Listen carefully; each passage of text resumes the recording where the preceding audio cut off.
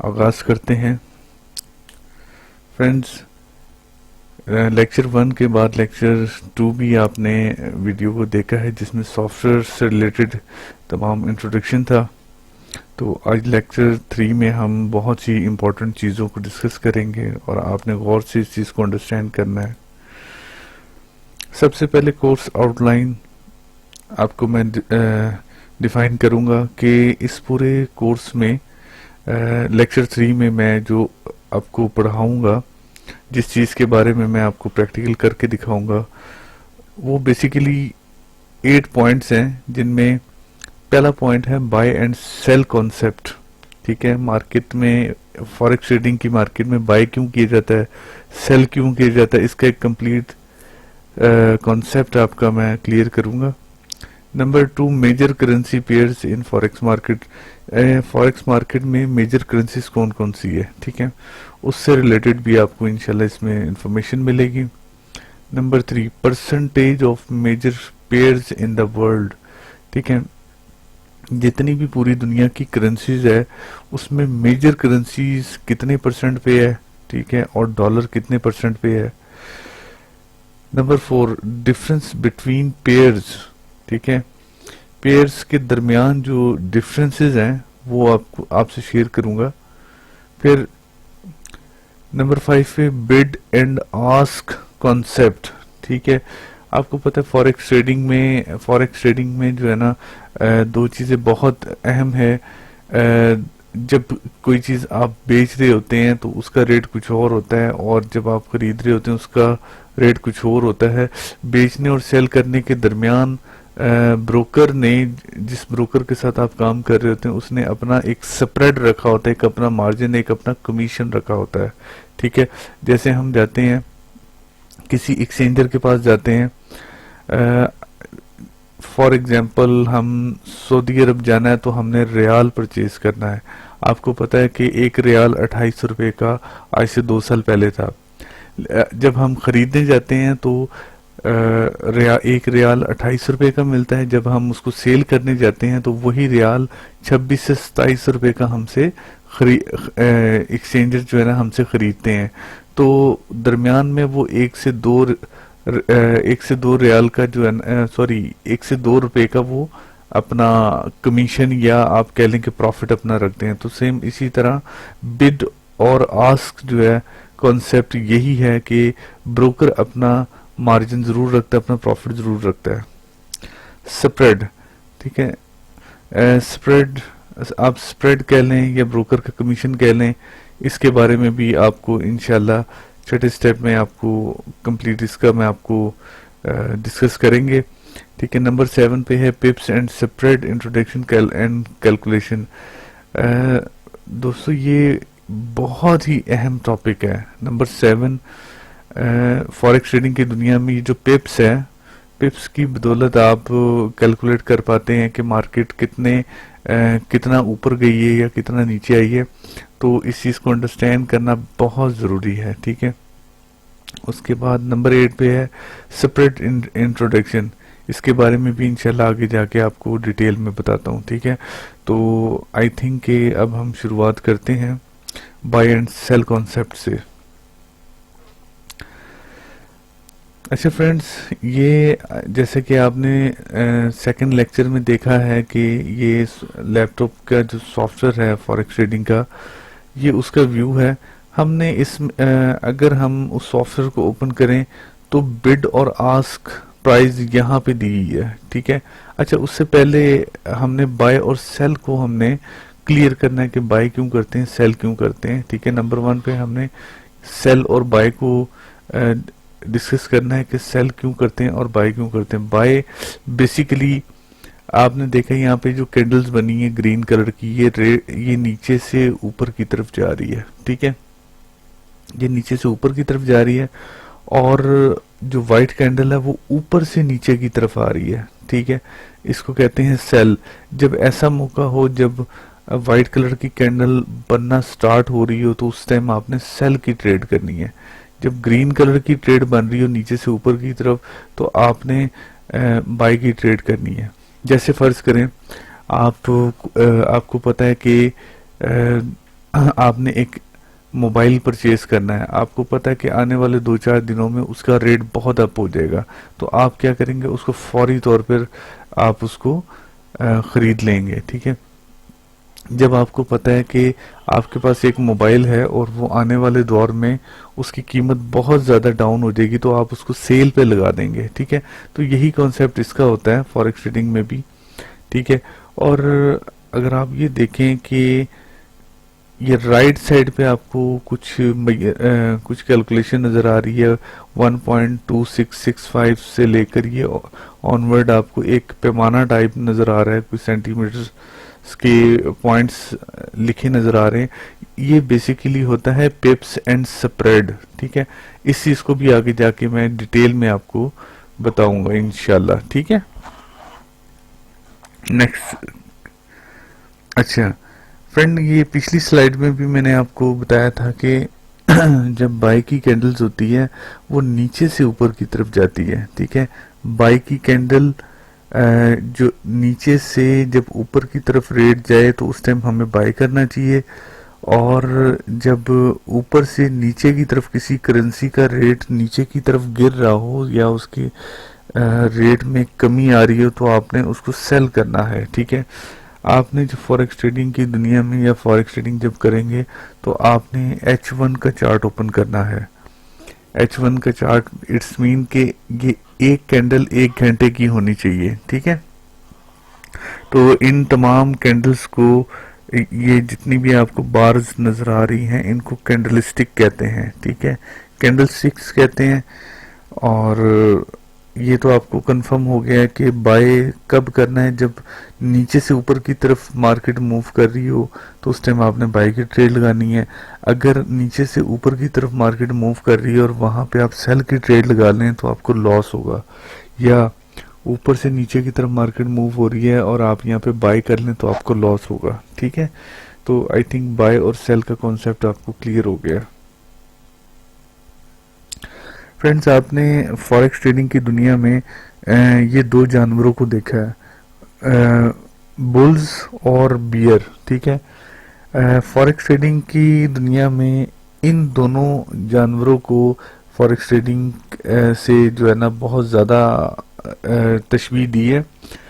ये बुल्स का मतलब ये है कि आपने देखा है कि जो बुल्स होता है वो हमेशा जब भी अटैक करता है वो नीचे से सींग मारता है और ऊपर की तरफ उठाता है। ठीक है, और सेम इसी तरह बियर जो है वो खड़े होकर नीचे की तरफ वो झपट्टा मारता है, यानी कि पंजा मारता है, तो इट्स मीन कि वो ऊपर से नीचे की तरफ हमला करता है। ठीक है, तो यही चीज जब जब कभी मार्केट में बाय का ट्रेंड होता है तो ये टर्मिनोलॉजी यूज की जाती है बुलिश। ठीक है, बुलिश का मतलब ये है कि मार्केट नीचे से ऊपर की तरफ जा रही है, यानी कि एक करेंसी है जैसे डॉलर है, डॉलर का रेट बढ़ रहा है और मुसलसल बढ़ रहा है, ऊपर की तरफ उसका रेट जा रहा है, तो ये बुलिश कहा जाएगा। ठीक है, बाज जगह पे बुलिश कहा जाता है। अक्सर आप जब न्यूज़ वगैरह पढ़ेंगे या आप डाटा वगैरह देखेंगे तो आपको बार बार एक ही वर्ड्स आपको बार बार आपके सामने आएगा कि जी फलाना न्यूज़ की वजह से अब यूएसडी का या ग्रेट ब्रिटिश पाउंड का बुलिश ट्रेंड होने वाला है। बुलिश ट्रेंड का मतलब ये है कि जी उसका रेट बढ़ने वाला है, बस आपने इस चीज़ को अंडरस्टैंड करना है। ये बुलिश कहते हैं, रेट उसका ऊपर की तरफ जाए तो ये टर्मिनोलॉजी यूज की जाती है बुलिश और बाय एक ही चीज है। अच्छा, बहुत सी जगहों पे ये टर्मिनोलॉजी यूज होगी कि बियरिश बेसिकली बियर से अखज़ किया गया वर्ड्स है। ठीक है, और बियरिश बेसिकली इसलिए यूज किया जाता है कि जब आने वाला ट्रेंड सेलिंग का होगा तो ये वर्ड यूज किया जाएगा बियरिश, और बियरिश का मतलब ये है कि मार्केट ऊपर से नीचे की तरफ जा रही है, यानी कि अगर ये पाउंड की मार्केट है तो पाउंड के रेट में कमी आ रही होती है जिसकी वजह से पाउंड का रेट ऊपर से नीचे की तरफ गिरने लग जाता है। ठीक है, तो इस टर्मिनोलॉजी को बियरिश कहते हैं। ठीक है, आई थिंक आपको इसकी समझ आ गई होगी। अच्छा दोस्तों, फॉरेक्स ट्रेडिंग में बेशुमार हजारों के हिसाब से पेयर्स बने हुए हैं, हजारों करेंसी हैं, हजारों कंट्रीज की करेंसीज हैं। लेकिन दुनिया में सबसे ज़्यादा जो फॉरेक्स ट्रेडिंग की जाती है जिन करेंसीज पर, वो ये 7 मेजर करेंसीज हैं, ठीक है। जैसे euro USD, the euro USD, फिर यूएसडी जेपीवाई, ये बेसिकली जैपनीज येन है। फिर GBP USD, great British pound. फिर यूएसडी सीएचएफ, ये है Swiss France. Australian dollar USD, और यूएसडी कैनेडियन डॉलर। फिर न्यूजीलैंड यूएसडी, ठीक है। ये तमाम पेयर्स जो है ना बहुत अच्छे हैं, और फॉरेक्स ट्रेडिंग की दुनिया में सबसे ज्यादा इन्हीं पेयर्स पर बिजनेस हो रहा है, ठीक है। अगर आपको मैं ये दिखाऊं कि अच्छा, एक चीज मैं आपसे पूछना चाहूंगा या आपको समझाना चाहूंगा कि एक मिनट वापस जाते हैं। हर पेयर के साथ यूएसटी क्यों है, ठीक है। अगर आप देखें तो euro USD, USD JPY, GBP USD, USD CHF, Australian dollar USD, USD CAD, New Zealand dollar oblique USD, हर एक के साथ यूएसटी है। ऐसा क्यों नहीं है कि यूरो के साथ पीकेआर क्यों नहीं है, ठीक है। अब ये चीज मैं आपको बताऊंगा कि यूएसडी को तमाम करेंसीज के साथ इसलिए पेयर बना दिया गया है क्योंकि पूरी दुनिया में सबसे ज्यादा जो बिजनेस होने वाली करेंसी है वो यूएसडी डॉलर है, ठीक है। जिसकी परसेंटेज कुछ इस तरह दी है कि जी 4% पर सिर्फ और सिर्फ जीबीपी है। अगर आप देखें, यानी लंदन की जो करेंसी है पाउंड, ये ओवरऑल 4% इस पर बिजनेस किया जा रहा है, ठीक है। और जैपनीज येन पे भी 4% बिजनेस किया जा रहा है। इसी तरह यूरो पर 2% बिजनेस किया जा रहा है, ठीक है। और अगर अदर करेंसीज ले लें, ये तो 3 करेंसीज हैं, इस तरह हजारों और करेंसी है, वो सारी मिलाएं तो 28% बनता है। अच्छा, इन सब को देखते हुए ये जो 28% है ना, इसमें पूरी दुनिया की करेंसीज है जो कि उसकी परसेंटेज 28 बनती है। अब इन सब को देखते हुए अगर यूएसडी को कंपैरिजन किया जाए बाकियों से, तो 62% तो खाली यूएसडी बिजनेस कर रहा है पूरी दुनिया में, ठीक है। तो आप यहां से अंदाजा लगाएं कि दुनिया की तमाम करेंसी एक साइड पे और यूएसडी एक साइड पर है, ठीक है। यानी एक साइड पर वो बाकी करेंसियों से बहुत पावरफुल है। तो यही वजह है कि यूएसडी को इन तमाम करेंसी के साथ पेयर बना दिया गया है।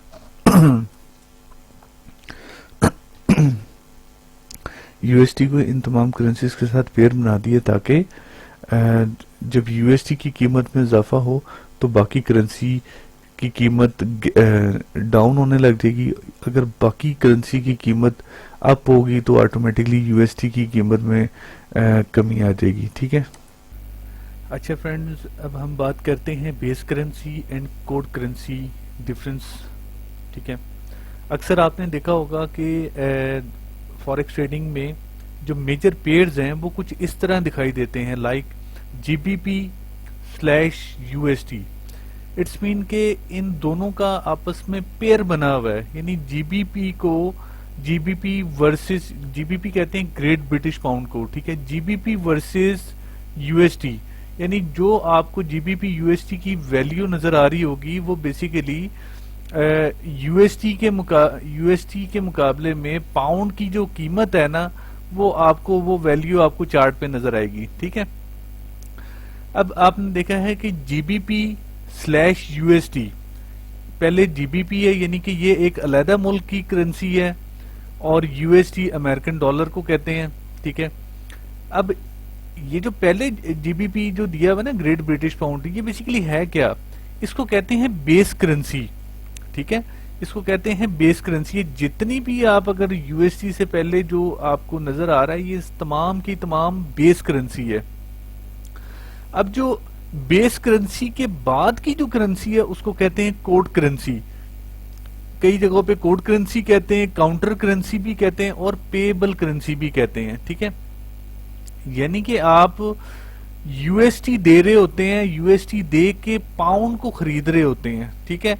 या पाउंड को सेल कर रहे होते हैं और आपके पास यूएसडी होता है, उसकी वैल्यू बढ़ रही होती है। ठीक है, आपको इस चीज का पता होना चाहिए।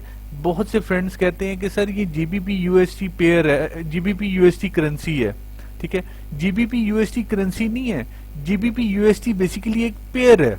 ठीक है, जीबीपी बेसिकली एक करेंसी है, ये लंदन की करेंसी, ग्रेट ब्रिटिश पाउंड है, उसका पेयर बना दिया गया यूएसडी के साथ। ठीक है, मैंने इससे पहले मैं आपको बता चुका हूं कि यूएसडी बहुत बड़ी वैल्यू रखता है, ठीक है, बाकी करेंसियों की निस्बत, इसलिए उसको तमाम करेंसियों के साथ उसका पेयर बना दिया है फॉरेक्स ट्रेडिंग की दुनिया में। ठीक है, आई थिंक आपको समझ आ गई होगी कि बेस करेंसी किसे कहते हैं। जो पहले 3 अल्फाबेटिक्स है उसको कहते हैं बेस करेंसी, और जो बाद के 3 के बाद के जो अल्फाबेटिक्स है लाइक यूएसडी, उसको कहते हैं कोड करेंसी, काउंटर करेंसी भी कहते हैं और पेबल करेंसी भी कहते हैं। अच्छा, इसका फंक्शन क्या है? जीबीपी यूएसडी है, आपको ये नजर तो आ रहा है और आपको ये भी पता चल रहा है कि ये बेस करेंसी है, ये कोड करेंसी है। आखिर क्या वजह है कि जीबीपी यूएसडी ऊपर भी जा रहा होता है चार्ट में, नीचे भी आ रहा होता है, इसकी क्या वजह है? अच्छा, अगर फर्ज करें कि लंदन में कोई ऐसा काम होता है, क्रैशिश आ जाते हैं, या आप कह लें कि उनकी इकोनॉमी बहुत बेहतर होती है, तो डेफिनेटली जब किसी कंट्री की करेंसी बेहतर होती है या उनके मुल्की हालात बेहतर होते हैं, रोजगार वहां पे मुहैया हो रहे होते हैं, तो उनकी करेंसी ऑटोमेटिकली अप हो जाती है। इट्स मीन कि जीबीपी यूएसडी ऊपर की तरफ जाएगा और उसके अगेंस्ट, क्योंकि ये पेयर बना होता है यूएसडी के साथ, तो ये अगर ऊपर की तरफ जाएगा तो ये ऑटोमेटिकली यूएसडी नीचे की तरफ आएगा। ठीक है, इसमें ये ज़हन में रखें आप कि जितने भी पेयर्स बने हुए यूएसडी के साथ, अगर एक करेंसी बेस करेंसी अगर ऊपर जाती है तो डेफिनेटली कोड करेंसी नीचे की तरफ आती है। ठीक है, यानी कि जीबीपी यूएसडी या बेस करेंसी की वैल्यू अगर बढ़ रही है तो कोड करेंसी की वैल्यू डाउन हो रही होती है। ये एक दूसरे के पैरेलल चल रहे होते हैं। ठीक है, तो ये आपने ज़हन में रखना है कि आपको बास टाइम ऑथेंटिक सोर्स से पता चलता है कि आज लंदन में इलेक्शन होने वाले हैं। ठीक है, और इलेक्शन उस कंट्री के हक में बेहतर है, तो आपको पता लग जाएगा यार ये एक उनकी करेंसी बेहतर होने जा रही है। तो आप उस सूरत में क्या करेंगे कि जीबीपी यूएसडी को फौरी तौर पे बाय कर लेंगे। ठीक है, जब बाय करेंगे तो आप बाय यूएसडी को नहीं कर रहे, आप बेसिकली जीबीपी को कर रहे हैं। जब जीबीपी को बाय कर रहे होते हैं तो जीबीपी का रेट तो बढ़ रहा होता है, लेकिन यूएसडी का रेट उस बढ़ने की वजह से कम हो रहा होता है। ठीक है, जीबीपी के ऊपर जाने की वजह से यूएसडी का रेट गिर रहा होता है। ठीक है, तो ये दोनों करेंसी मूवमेंट कॉन्सेप्ट, बेसिकली ये करेंसी इस तरह मूव करती है। एक करेंसी अगर ऊपर की तरफ जा रही है तो दूसरी कोड करेंसी नीचे की तरफ आ रही होती है। ये देखें आप, जैसे यहाँ पे यूरो स्लैश यूएसडी है, ये बेस करेंसी है, यूरो बेस करेंसी है, और यूएसडी को कोड करेंसी भी कहते हैं, काउंटर भी कहते हैं और पेएबल करेंसी भी कहते हैं। सेम इसी तरह अगर इसको रिवर्स कर लें, यूएसडी जेपीवाई आप एक करेंसी, ये जापानीज येन है, जेपीवाई को बेसिकली जापानीज येन कहते हैं, जापान की करेंसी है। आपने अक्सर देखा है कि जिस तरह यूरो यूएसडी में यूरो शुरू में और यूएसडी बाद में है, तो इसी तरह यूएसडी के बाद जेपीवाई क्यों है, तो ये इसका पेयर बना ही इसी तरीके से है। ठीक है, तो इसमें ऊपर वाले करेंसी में यूरो यूएसडी में यूरो बेस करेंसी है और यूएसडी काउंटर करेंसी है या कोड करेंसी है। इसी तरह यूएसडी जेपीवाई में यूएसडी बेस करेंसी है और जेपीवाई कोड करेंसी है। ठीक है, आई थिंक अब आपको समझ आ गई होगी कि बेस करेंसी क्या है और कोड करेंसी क्या है। ठीक है, तो फर्दर मैं आगे जाके आपको बताता हूँ कि इसको आपने अगर बाय करते हैं तो किस तरीके से करते हैं और कौन कौन सी चीजें इफेक्ट कर रही होती है। बस आपने क्योंकि फॉरेक्स ट्रेडिंग में गलती की गुंजाइश नहीं है, चीजों को अच्छे तरीके से आपने समझना है, तो ये इस चीज को ज़हन नशी कर लें कि जो पहली 3 अल्फाबेटिक्स है वो बेस करेंसी की होती है। ठीक है, और जो लास्ट 3 अल्फाबेटिक्स है वो कोड करेंसी की है। ठीक है,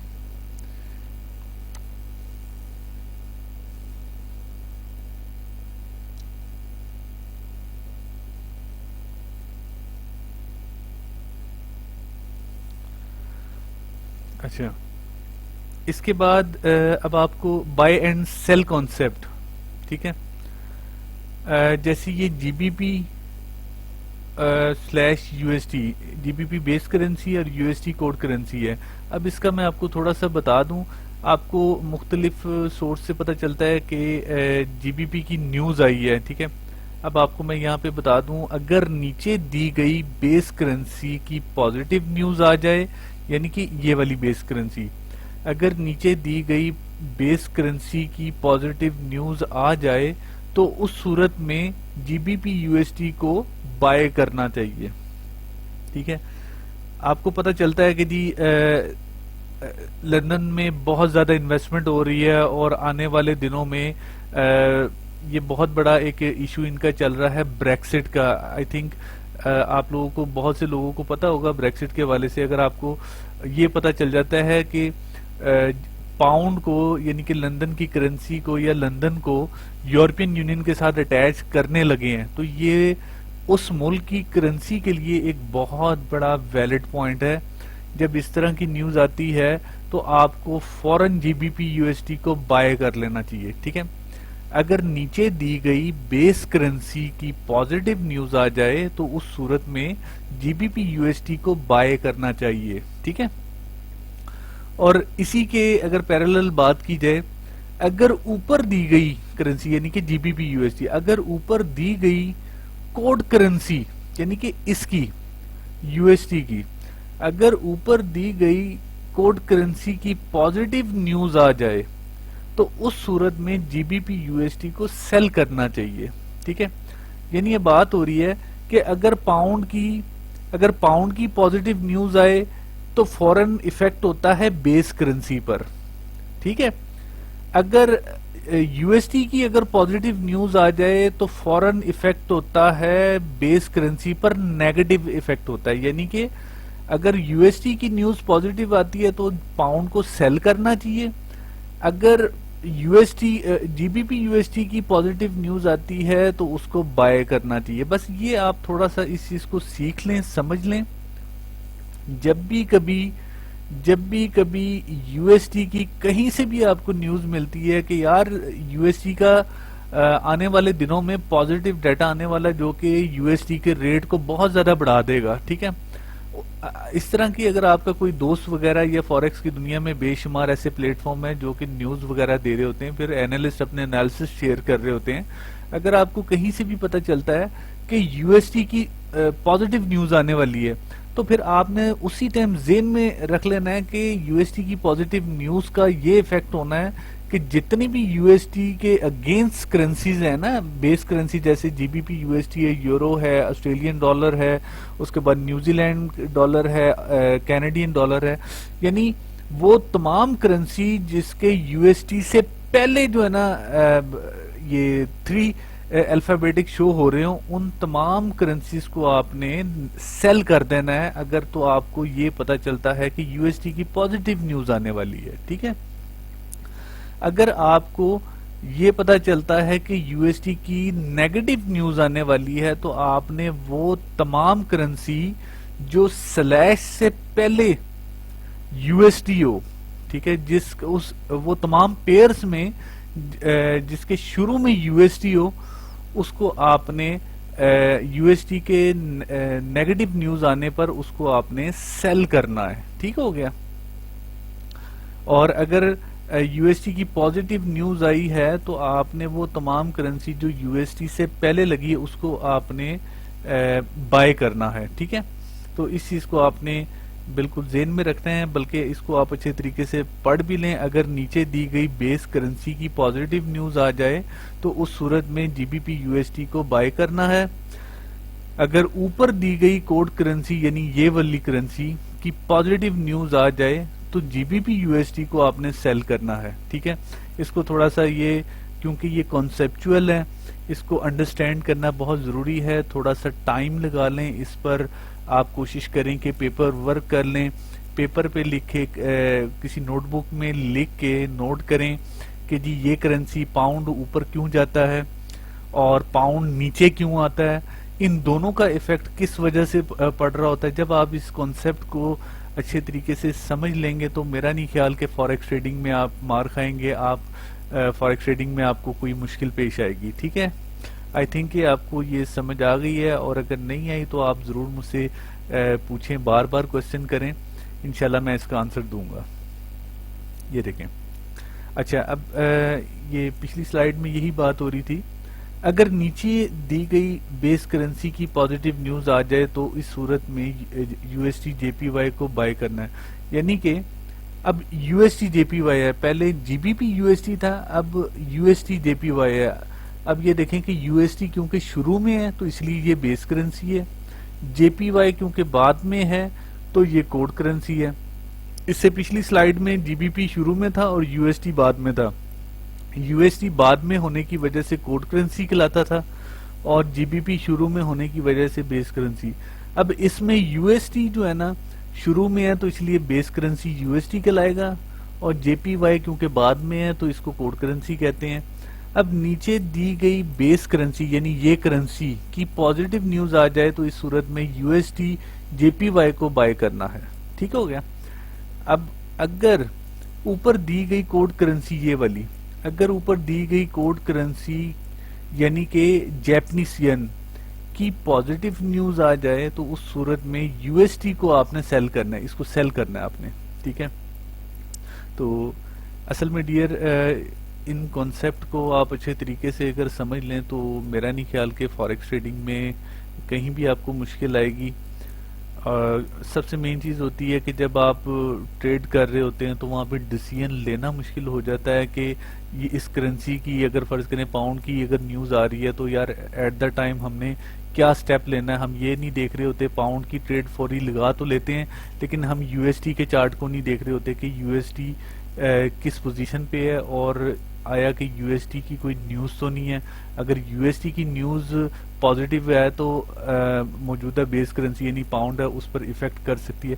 तो ये चीज़ें जब तक आपका कॉन्सेप्ट क्लियर नहीं होगा, बेस करेंसी और कोड करेंसी का जो कॉन्सेप्ट है वो क्लियर नहीं होगा, आपके लिए मसले मसाइल आते रहेंगे। इसकी मैक्सिमम आपने प्रैक्टिस करनी है।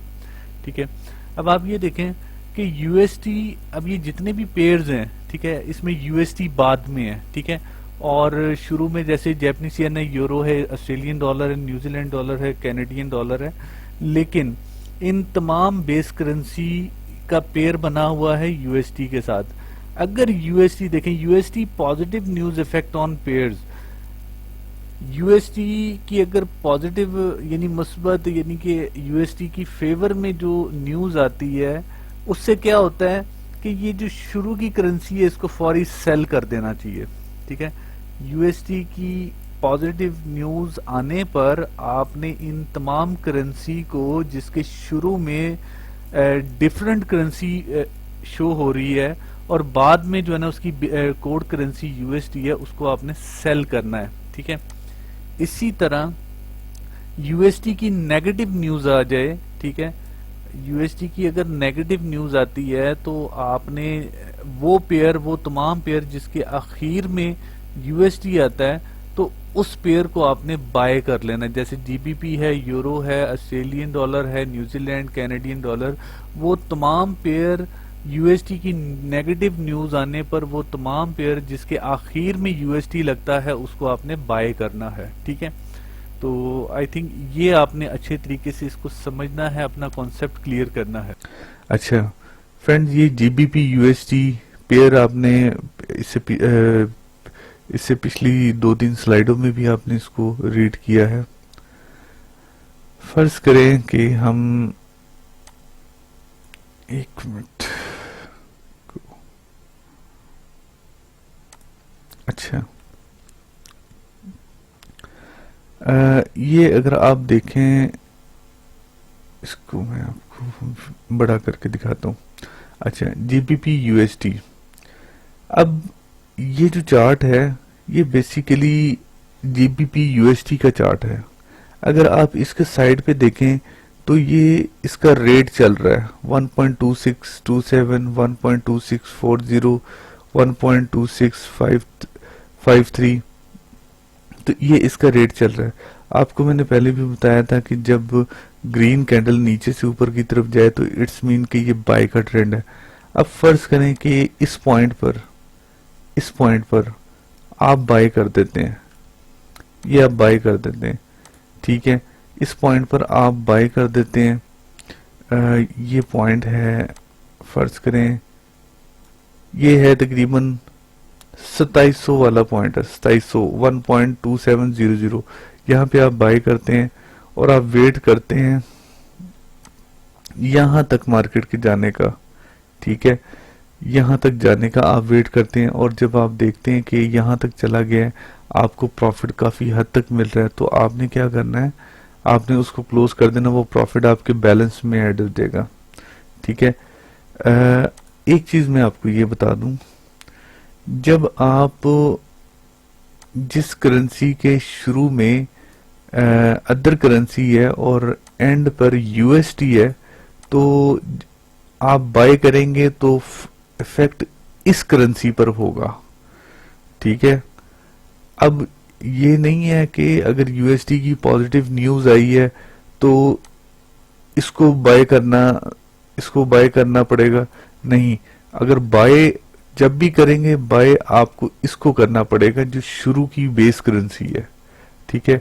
बाय के लिए इस पहली करेंसी को आपने चूज करना है, ठीक है। ये नहीं है कि जीबीपी यूएसडी का ग्राफ है तो आप बाय के लिए इसको बाय कर रहे हैं, नहीं।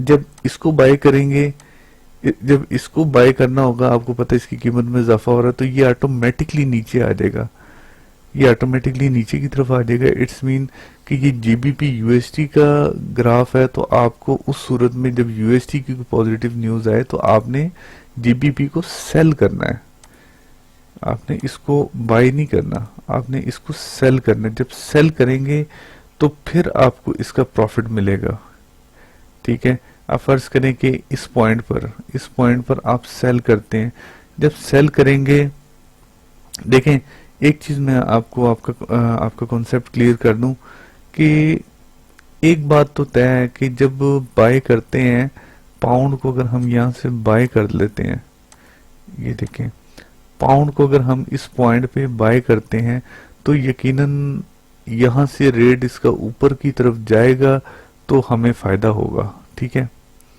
लेकिन पाउंड को सेल क्यों करते हैं, ठीक है।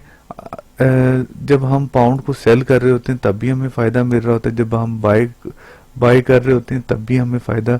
तो बाय की तो हमें समझ आती है कि किसी भी चीज को खरीदते हैं तो उसका रेट में इजाफा होता है तो आपको फायदा हो जाता है।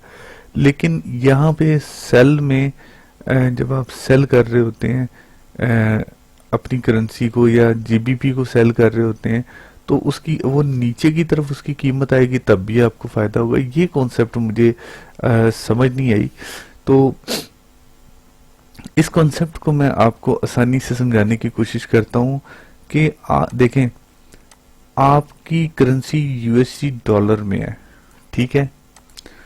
जब आप पाउंड को यहां पे सेल करते हैं तो यूएसडी की जीबीपी की कीमत में कमी आ रही होती है। जब जीबीपी की कीमत नीचे गिर रही होती है तो कौन सी करेंसी ऊपर की तरफ जा रही होती है, वो है यूएसडी। यानी आपने जो ट्रेड लगाई है उसमें जीबीपी के गिरने की वजह से उस ट्रेड में आपके यूएसडी डॉलर में इजाफा हो रहा होता है, तो वो जो ट्रेड आपने ओपन की होती है वो प्रॉफिट में जा रही होती है जब पाउंड नीचे की तरफ आपने सेल किया हो तो, ठीक है। तो ये बेसिकली कॉन्सेप्ट है कि जब पाउंड की आपको न्यूज आती है कि आपने पाउंड आने वाले वक्तों में इसका रेट में इजाफा हो सकता है तो आपने उस टाइम इसको बाय करना है। लेकिन आपको ये पता चलता है कि यूएसडी की कीमत में इजाफा होने वाला है तो आपने पाउंड को सेल करना है, ठीक है, क्योंकि ये एक दूसरे के पैरेलल चल रही होती है। अगर यहाँ देखें तो ये देखें पाउंड ऊपर की तरफ जा रहा है तो यूएसडी नीचे की तरफ आ रहा है।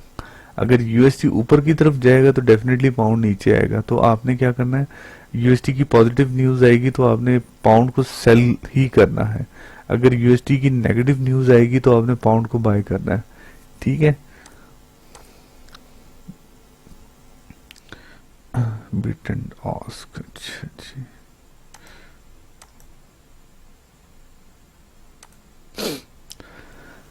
अच्छा फ्रेंड्स, आपको मैंने इस लेक्चर के शुरू में चार्ट दिखाया था, बल्कि मैं इसको मज़ीद आपको दिखा देता हूँ एक मरतबा फिर।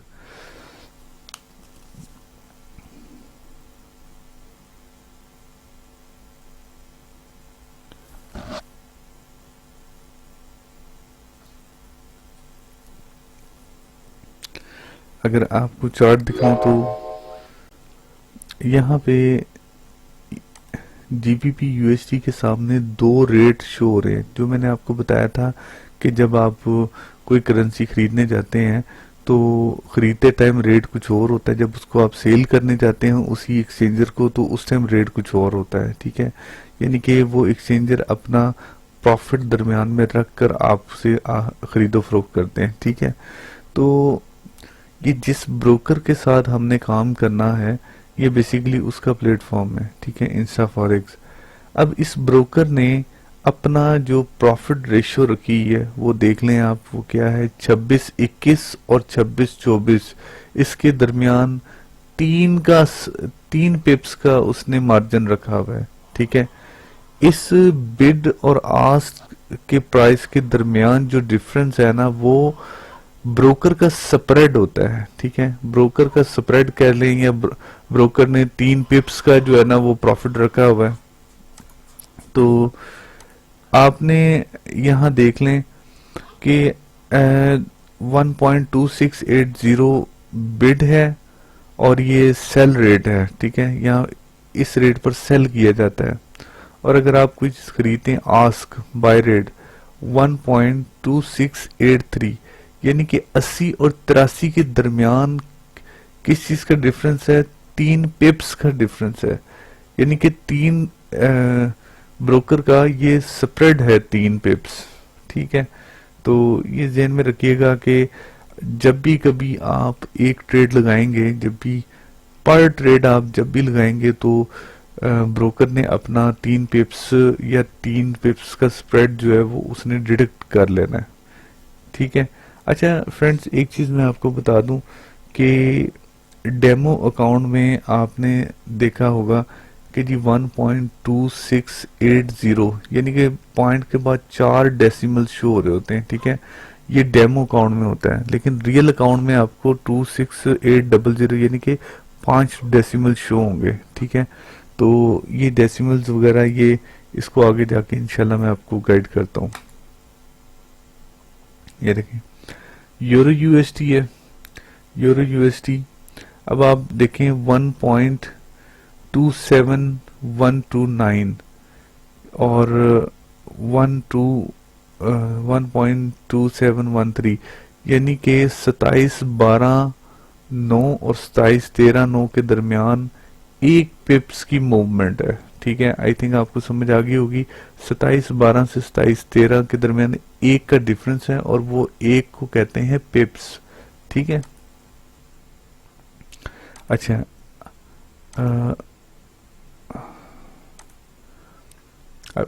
पिप्स इंट्रोडक्शन, ठीक है। अब मैं आपको ये बता दूं 1.26800 ये इस टाइम पाउंड की कीमत है डॉलर में, ठीक है। 1.26800। अब इसमें ये रियल अकाउंट के फिगर्स हैं, वरना अगर डेमो में अगर देखा जाए तो ये जीरो नहीं शो होता, ये सिर्फ 4 पॉइंट के बाद सिर्फ ये 4 हिस्से नजर आते हैं, ठीक है। आपको मैं लाइव भी दिखा देता हूँ। ये देखें इसमें 5 आ रहे हैं क्योंकि ये रियल अकाउंट है। इसमें ये देखें 1.26790 यानी कि 1 पॉइंट के बाद 5 डेसिमल शो हो रहे हैं, जबकि हम डेमो अकाउंट ओपन करके देखते हैं।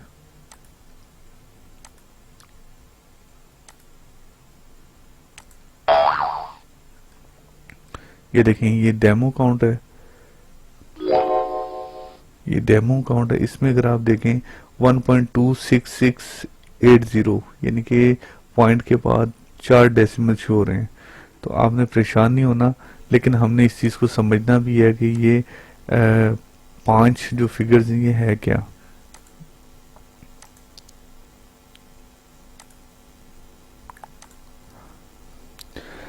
अच्छा, कि जो आखिरी जो डेसिमल है ना, ये बेसिकली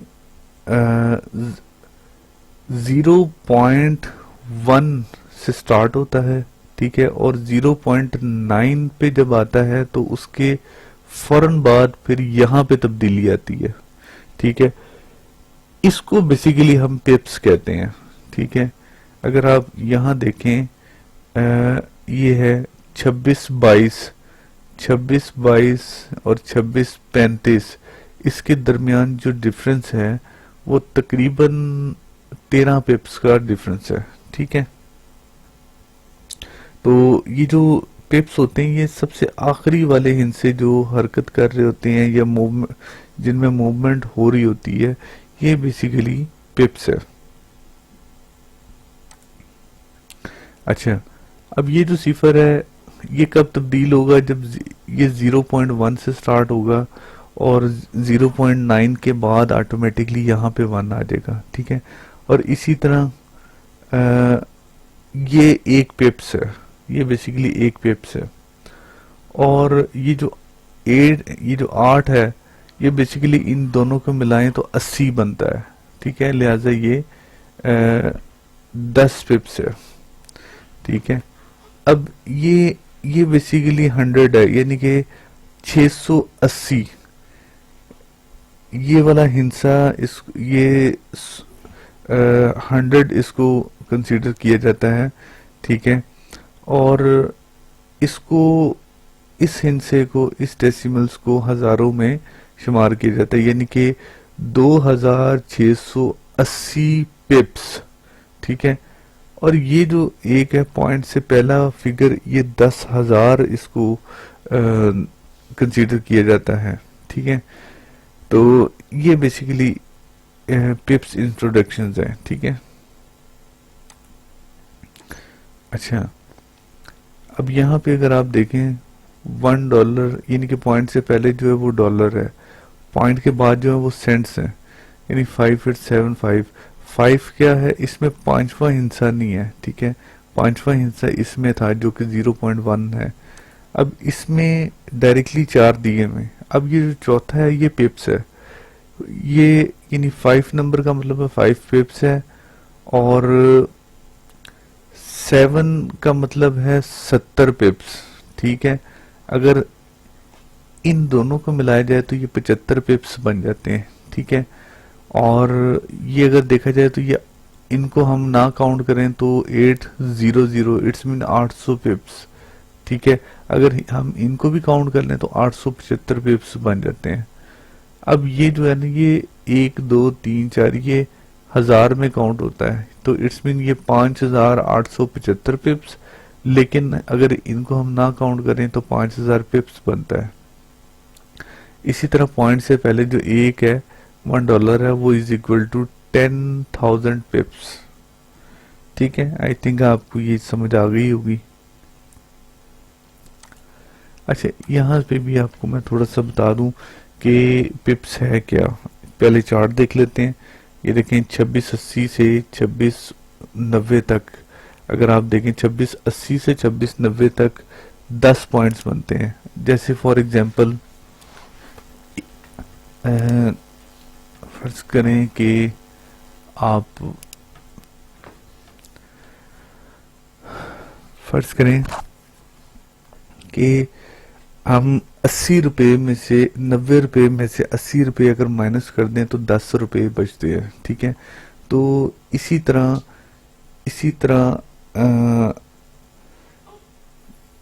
90 सेंटीमीटर से 80 सेंटीमीटर माइनस कर दें तो 10 सेंटीमीटर बनते हैं, ठीक है। तो यही हिसाब इसके चार्ट में भी है। ये देखें 26-23 से लेकर 26-35 तक जो डिफरेंस है, हम उसको चेक कर लेते हैं, अभी कैलकुलेट निकाल लेते हैं। 2680 माइनस 26-23, ये देखें 57 पिप्स बनता है। एक मिनट मैं थोड़ा चार्जर लगा लूं।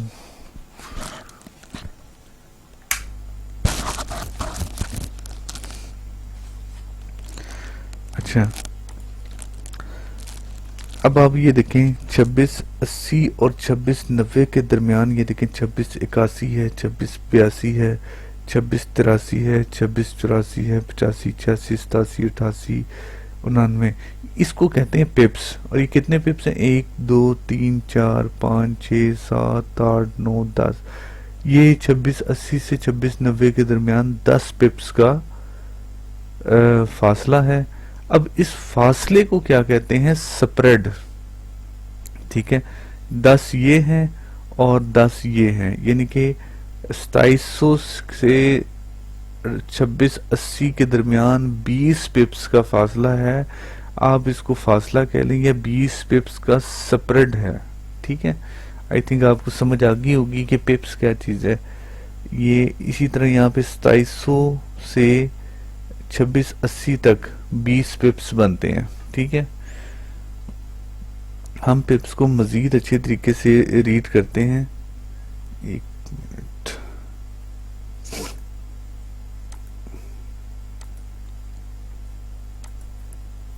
ये देखें,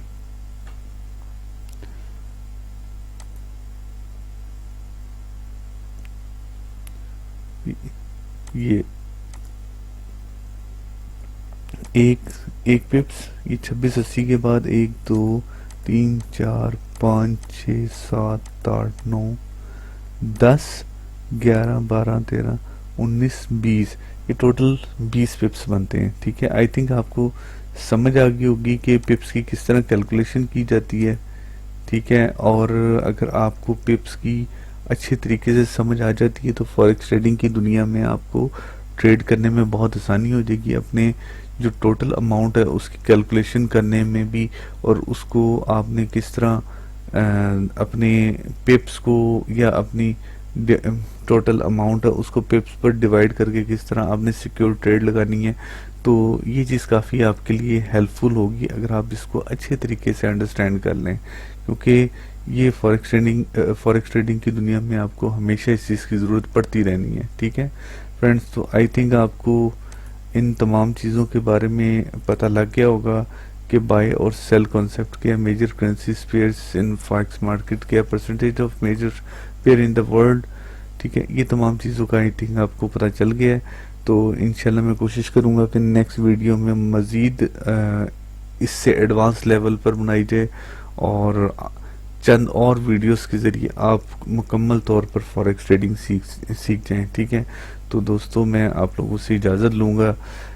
इस टाइम पाकिस्तान में रात के 1 से 1:30 बज रहे हैं और इस टाइम मुझे बहुत ज़्यादा नींद आई हुई है।